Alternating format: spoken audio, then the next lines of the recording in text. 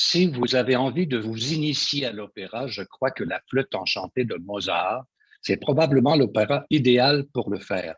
Et Kirsten Leblanc, qui est avec moi, bonjour Kirsten, Bonjour.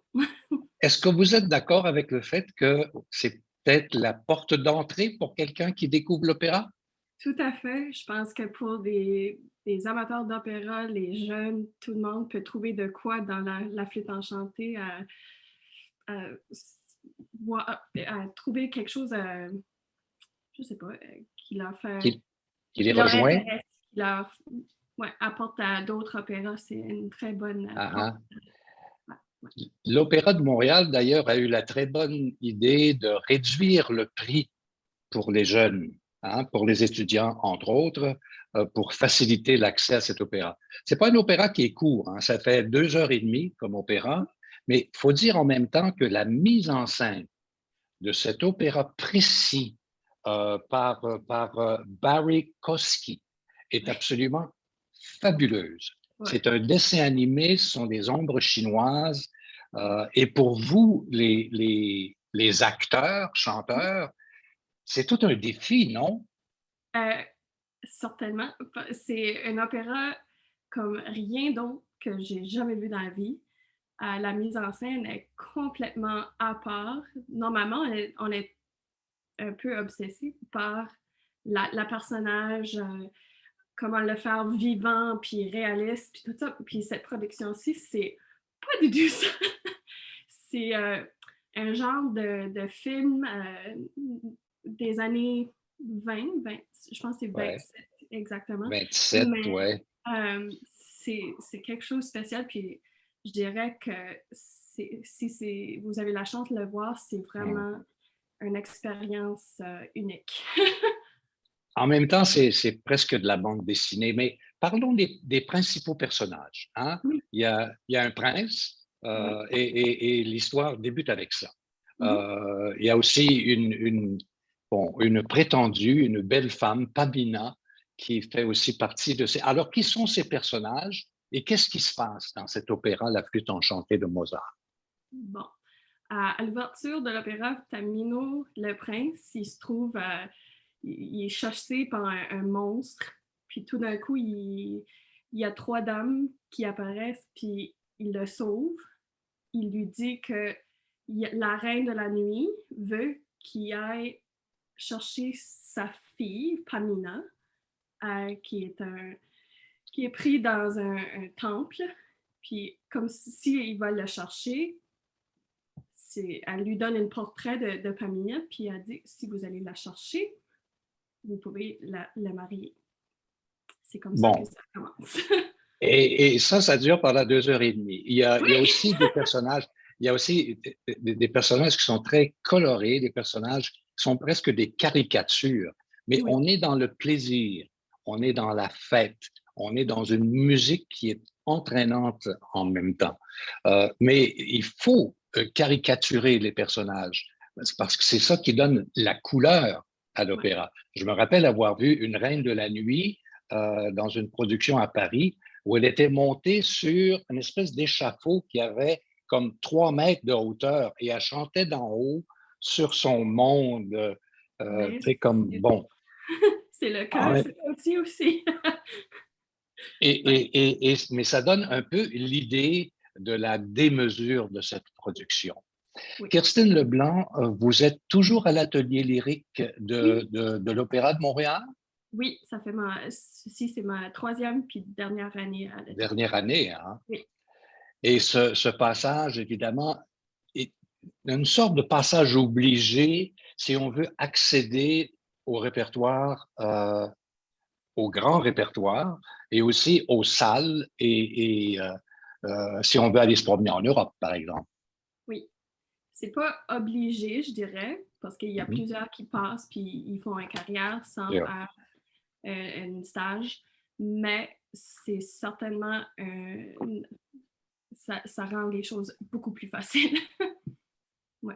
Vous êtes passé par l'Université McGill et par l'Université de Montréal également, et Oui. vous avez ramassé en passant quelques prix. Oui. Alors, on aime beaucoup votre voix. Ouais. Alors, qu'est-ce qu'elle a, cette voix de particulier selon vous? Ben, selon moi, je dirais que la puissance de la voix fait que je peux chanter un répertoire qui est pas tout à fait, le répertoire de tous les jours. Je chante beaucoup Ouais. de grandes dames de Mozart, de Strauss, de Verdi, puis fait Mhm. que ça se peut que je me trouve dans des plus grandes salles. Fait Ouais. que ça j'aime ça. Mais c'est difficile en même temps d'avoir un rôle dramatique, tragique même, quand on a une tête comme la vôtre. Oui, mais il y a quand même des rôles de jeunes filles qui sont assez dramatiques, puis comme ça, je peux les faire facilement Ouais. sans avoir besoin de trop faire de transformation.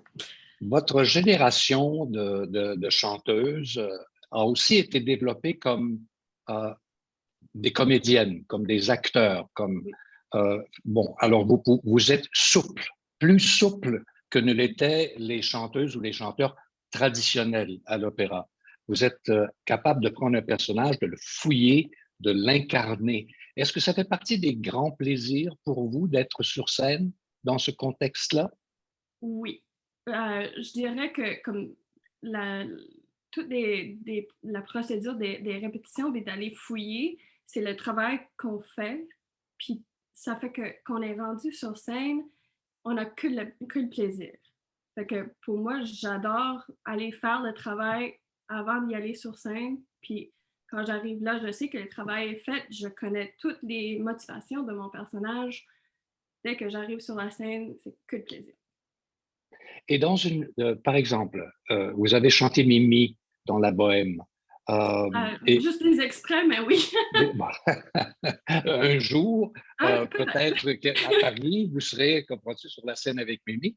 Mais en même temps, dans ce personnage, il y a toute une fébrilité, il y a une jeunesse, Mhm. il y a une espèce d'innocence en même temps. Alors, de passer d'un rôle comme celui-là à celui que vous interprétez en ce moment, qui est une de ces trois femmes Oui. qui, dès le début, est en scène, c'est quelque chose de plus jouissif, de plus amusant. Alors, le passage pour la chanteuse, actrice que vous êtes, se fait bien dans ce contexte-là? Vous êtes bien dans le plaisir de ça?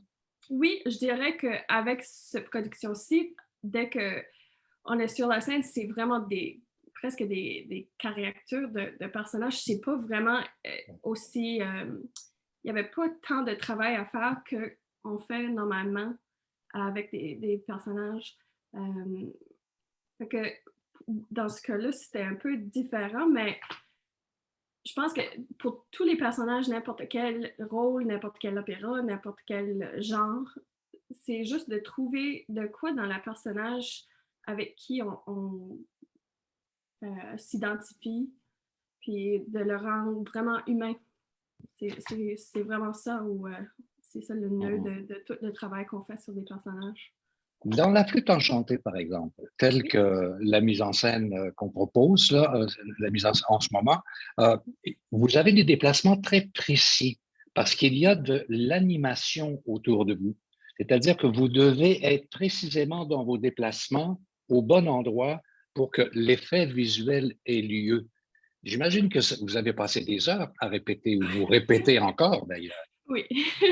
Non, c'est sûr. Et non, non seulement des déplacements précis, mais même des mouvements, parce qu'il faut réagir à ce qui se passe avec le vidéo, ou même c'est nous autres qui font une action, puis le vidéo part de ça. Fait que Ouais. la précision est tellement importante là-dedans. Et pour ça, c'était une expérience, comme j'ai dit, normalement, les metteurs en scène nous laissent essayer des choses, puis Ouais. assez naturelles, puis mais cette fois-ci, c'était Mais vraiment là, pas le c'est cas. il y a une rigueur là, qui Oui. entre en ligne de compte et vous êtes en même temps des déclencheurs de comment dire, d'effets visuels. C'est vous qui déclenchez les effets visuels. J'ai très hâte de voir cet opéra pour constater jusqu'à quel point on est près de la commedia dell'arte d'une certaine façon. Oui, oui, je pense qu'il y a eu un peu de ça dans l'inspiration de la production. Ouais.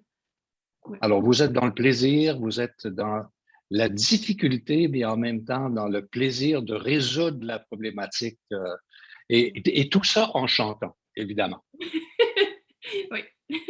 Non, il y a beaucoup de couches là-dedans. Alors, bon, une fois que vous aurez fait ce spectacle, est-ce que vous avez un été qui est chargé comme interprète? C'est oui et non. J'ai des petits projets à travers l'été, mais c'est pas surchargé, je dirais. Oui. Normalement, c'est soit qu'il y a rien ou on se Mhm. déborde. Mais non, ça va être une bel été. J'ai des petits concerts, des petits workshops à faire sur des œuvres, des créations. Je m'en vais chez nous pour un petit bout, faire un concert là-bas. Ça va être, ouais, Alors, chez vous, c'est où? Nouveau-Brunswick, désolé. Ben, voyons donc, une Neuve Blanche du Nouveau-Brunswick, comme si Oui, c'était c'est possible. rare. Écoutez, Kirsten, je vous souhaite ben, le mot de Cambronne pour les spectacles. Les dates, je vais les donner rapidement. Ça commence, la première, c'est le 7 samedi, et il y a 10, 12, 15, 17 mai, et il est question d'une supplémentaire. Alors, je vous la souhaite et je vous remercie d'avoir été disponible ce matin. Vous êtes rafraîchissante et vous avez une belle carrière devant vous. Merci Merci beaucoup, beaucoup. Kirsten Leblanc. Bon matin. Allez, Bye. bye bye.